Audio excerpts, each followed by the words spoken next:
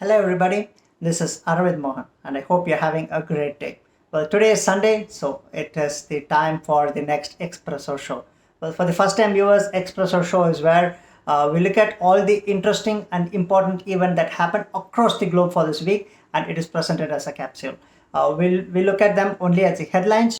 Well, if you're interested to look at the details, well, I would recommend you to watch my daily updates in the form of morning coffee show. I will leave the link in the description.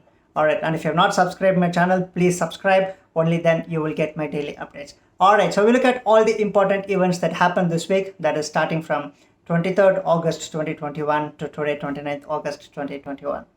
In the first news for the week, the Finance Minister of India, Nirmala Sitharaman, has revealed the National Asset Monetization Pipeline Plan. Well, this is worth 6 lakh crore. The first update, the major chunk of this national asset monetization pipeline will happen through what they call this as a brownfield project. In short, about brownfield project, it means that it's not a sell-off, but these are given to private entities in the term of lease, which means after the period of lease as per the contract, these will be returned back to government. So there is no sell-off. All right, so this is the first update for the day. The National Institute of Disaster Management, which is under the Ministry of Home Affairs, has now given a report which says that the peak of third wave, if at all it may come, the peak of third wave is expected to be in the month of October. Another update with respect to COVID, this week there was a report from Dr. Soumya Swaminathan, who is the chief scientist of WHO, who has said that India may be entering into an endemic stage of COVID. Well, it means that this could be something specific to the region, and there will be a lot of highs and lows distributed among demographics. Probably a lot of cases reported in a period of time, probably specific to age group or specific to region. But however, there will be highs and lows, and it will later on stabilize. We would eventually learn to live with it, but of course with proper protection in the terms of social distancing and by taking care of all the precautions that is administered by the government, and of course with vaccination. Well, when we talk about vaccination, this Friday, India has made a new record of administering 1 crore vaccine in a single day. Well, this week NTPC has started the largest floating solar plant in Simhadri Reservoir in Vizag. This is a great achievement, and this could be a game changer altogether. Floating solar plant is where the solar cells are made to float on large water bodies. Major advantages, the government need not worry about occupying a huge chunk of land, be it forest or agricultural area. Second advantage, the efficiency is expected to be at the highest because it is automatically cooled by the water surface. And the third advantage, it prevents evaporation of water because there is a layer of solar cells on top of it. This solar plant is spread over 75 acres and it can generate 25 megawatts of power. And the expert says that this is an important event to achieve the country's goal to reach 250 gigawatt of power through renewable energy.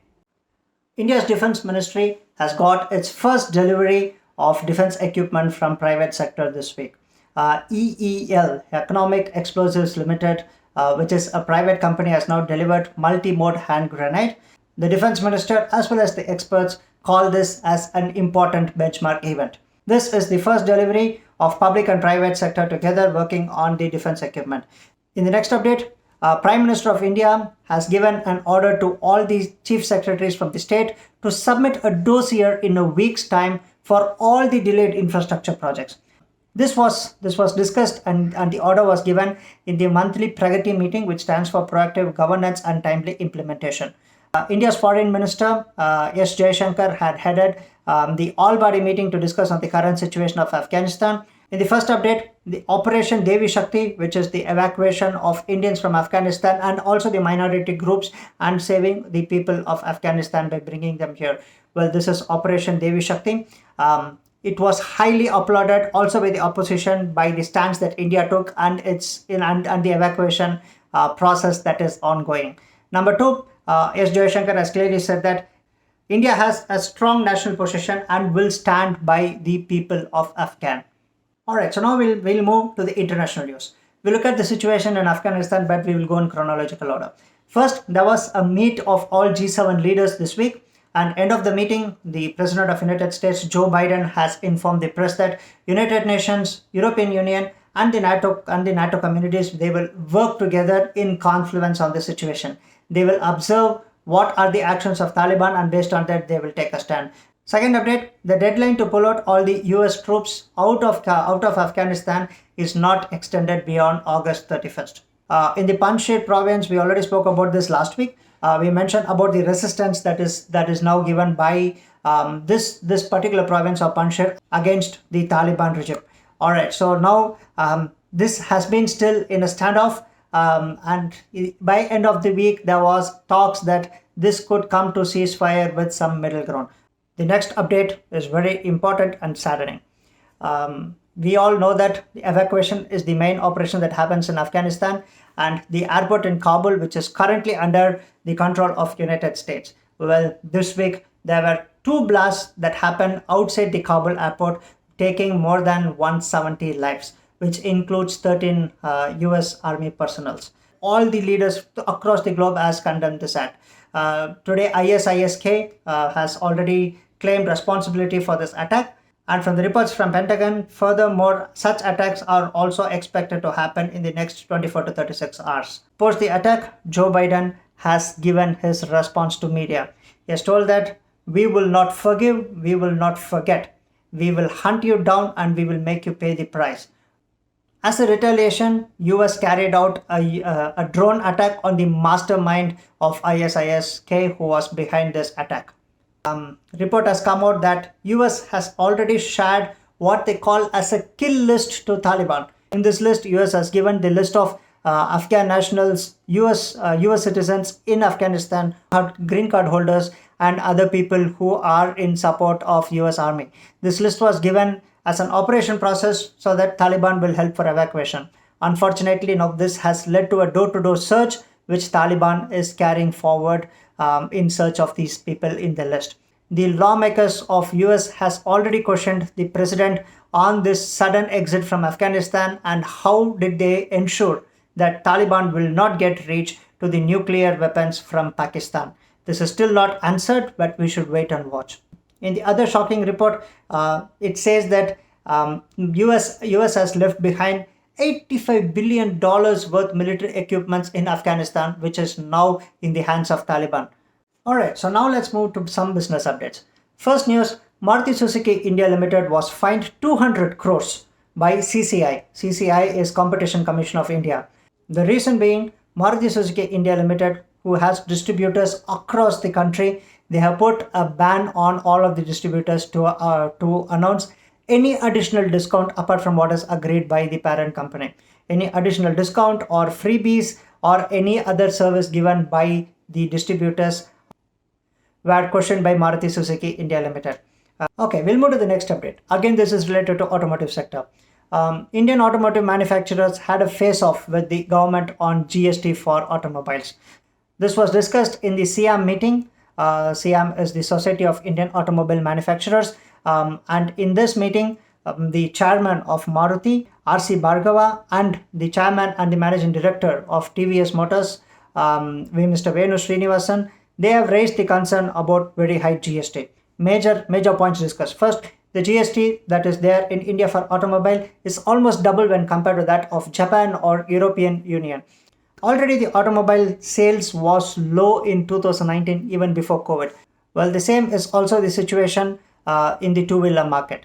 From the government point of view, they have agreed to relook at the GST rate, but at the same time, they have given a homework item to CM community members to relook, to retrospect and see what could be the actual reason for the reduction in sale. Okay, that's another update related to automotive industry.